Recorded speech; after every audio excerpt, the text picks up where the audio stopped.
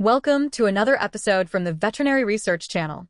Today, we delve into a fascinating and somewhat perplexing topic, septic peritonitis secondary to neoplasia in canine patients. This condition, as explored in a recent article in the Journal of the American Animal Hospital Association, presents a unique challenge in veterinary medicine due to its often nonspecific presentation and potential for delayed diagnosis. Our story begins with an understanding of peritonitis itself. Peritonitis is essentially inflammation of the abdominal lining. It can arise from various causes, broadly categorized as primary or secondary. Primary peritonitis stems from an extra-abdominal source, such as the spread of a viral, bacterial, or fungal agent through the bloodstream. Secondary peritonitis, on the other hand, results from a breach in the integrity of the gastrointestinal tract, perhaps due to a rupture, perforation, or surgical complication. Abscesses in intra-abdominal organs like the liver, pancreas, spleen, lymph nodes, kidneys, prostate, or uterus can also trigger secondary peritonitis. In the feline world, neoplasia, or abnormal tissue growth, particularly affecting the gastrointestinal tract, is a well-recognized culprit in septic peritonitis cases, accounting for up to 25% of occurrences. However, in dogs, septic peritonitis is more commonly linked to perforations or surgical complications. Adding another layer of complexity, certain factors can elevate the risk of infection in patients with solid tumors.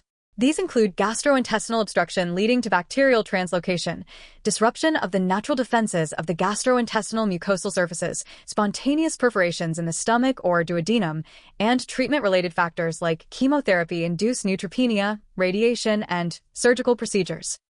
Now, what makes the cases discussed in this article so intriguing is that they involve septic peritonitis arising from neoplasia without any apparent rupture of the gastrointestinal tract or involvement of the liver.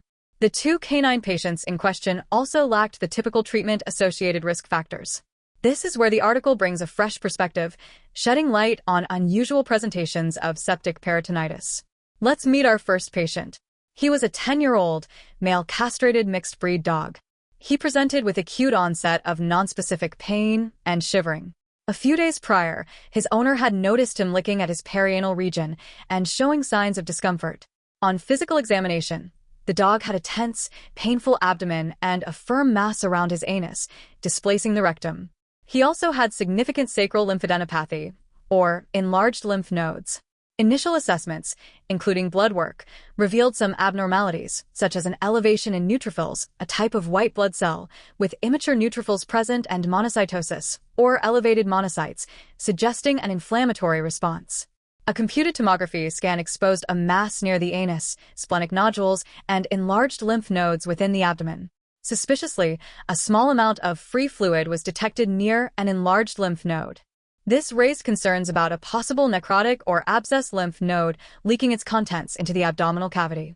Fluid samples taken from the abdomen revealed a septic exudate, confirming a septic peritonitis diagnosis. Despite supportive care, the dog's prognosis was poor, and the owners elected for humane euthanasia. A necropsy, or post-mortem examination, revealed the primary issue, a perianal neoplasm with widespread metastasis. Further investigation pointed to a sublumbar lymph node as the source of the septic peritoneal fluid, with Escherichia coli identified. The final diagnosis was metastatic apocrine gland anal sac adenocarcinoma, or AGASACA, with a leaking sublumbar lymph node causing the secondary septic peritonitis. Now, let's turn our attention to the second case. This patient was a 9-year-old, female spayed American bulldog.